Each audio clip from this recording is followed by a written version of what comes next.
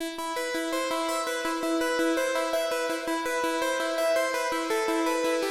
October 4th, 2004, Acclaim Entertainment filed for bankruptcy, ending a 17-year career as one of the most successful publishers of console video games in the world. Acclaim began in 1987 as a video game publisher, but quickly grew and purchased independent studios. In 1995, they saw profits of over $500 million with the acquisition of Probe Entertainment, Sculptured Software, and Iguana Entertainment. Acclaim were responsible for home console ports of the NBA Jam series, Midway's Mortal Kombat, and Iguana Entertainment's Turok. By 2004, however, it was all over, with many of its licenses sold. Most of the assets of the liquidation of Acclaim were bought by other parties, and most, if not all, source code prototype dumps have already been preserved. But as always, there are some interesting discoveries and stories to tell. One such story stems from Night Dive Studios. Many of you know that I work at Night Dive as a developer on the Kex team, and CEO Stephen Kick is always on the lookout for interesting Turok collectibles. One such collectible would be an eBay auction in August. It was a Turok 3 Nintendo 64 Development ROM that was said to be 80% complete, and the seller believed that it was the only one in existence. Stephen purchased the cartridge and sent it to me to get dumped, so we could preserve the cartridge and release it to the public. And with that, we are going to go over how to dump a Nintendo 64 prototype cartridge safely without destroying its contents. So when you're working with a prototype cartridge, the first thing you want to do is get it dumped immediately. So essentially you want to avoid actually plugging it into real hardware, because you don't really know the state of the actual cartridge itself. It could be on its last legs. The contacts may be really badly worn out. I mean, there's so many different possibilities. I mean, we're talking about something that was made back in 2000, which is obviously 20 something years ago, right? Almost 21 years ago. So what you want to do is get this dumped immediately. So how do you dump a Nintendo 64 cartridge? Well, there are a couple of different options. Now, the first solution is to use something like this, which is a Retrode.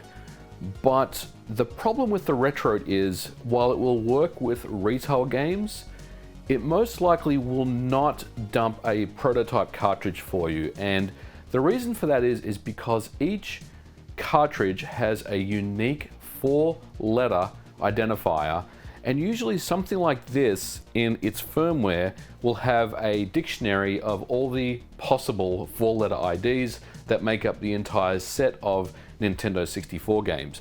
And furthermore, if you need to use a Retrode, then you'll also need to get the add-on plug-in module, which will then allow you to plug in a Nintendo 64 cartridge. So trust me, I've already tried using the Retrode with the prototype cartridge and it does not work. And I was told that it probably won't work, but the Retrode is a pretty readily available solution for dumping cartridges. If you want to just dump regular retail cartridges, this is an absolutely perfect solution for you. But if you want to get into the business, or if you found a prototype or some type of test cart or whatever, then unfortunately this isn't going to work for you.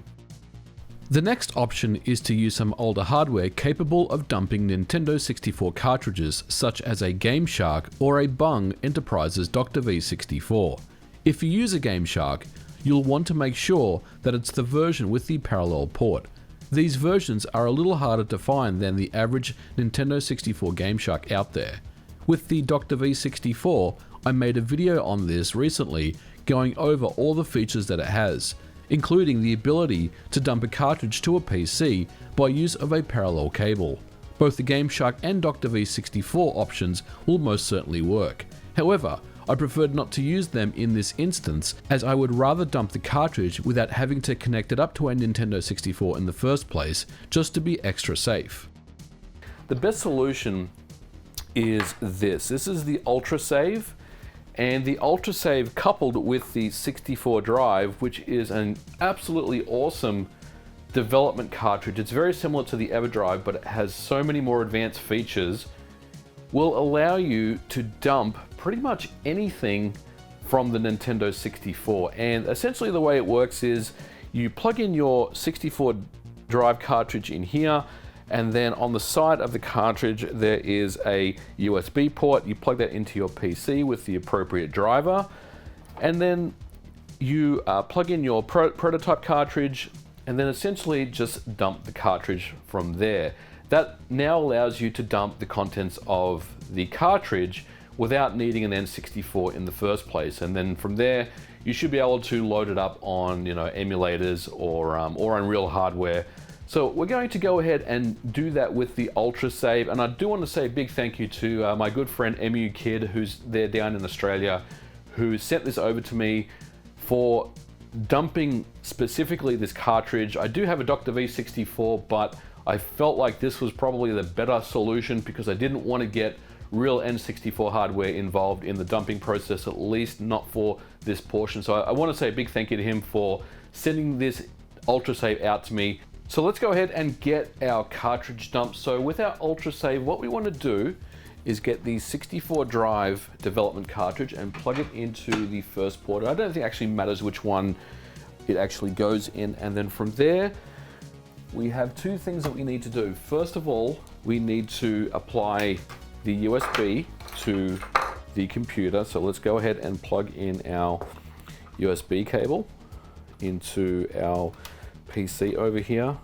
What I do is I'll plug in the development cartridge in next, and then we'll apply the 12 volt power to the actual Ultra Save itself. So let's go ahead and plug in our prototype cartridge. And then at the back here, we will apply our 12 volt power to the power supply. Now, if we go ahead and check cartridge, hopefully it will find, as you can see, it's found Turok 3 and the 4-digit image ID is ABCD, which tells me that this particular cartridge was not something that has gone through the lot check process, because Nintendo assigns 4-digit IDs to each Nintendo 64 game. So this is something that obviously is still very much a pre-release or not sure what it is yet. So what we want to do now is dump this cartridge. So we'll click on dump to file, and that should dump the entire contents of the cartridge. It should take maybe about 45 seconds to 1 minute. It's a 256 megabit size cartridge, or 32 megabytes in size, which is the same size as Turok 3 was when it went retail. And after a little while, this cartridge should complete dumping.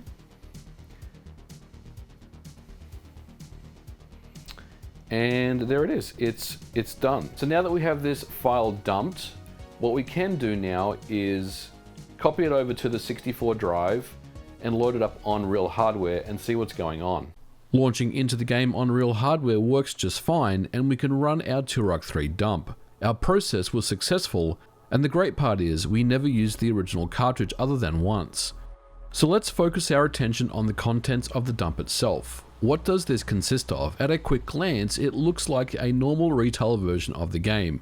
We don't see any type of debug menus or any other information that may lead us to believe that this is a prototype game. But of course, we cannot make that determination until we have examined the contents of the ROM closer.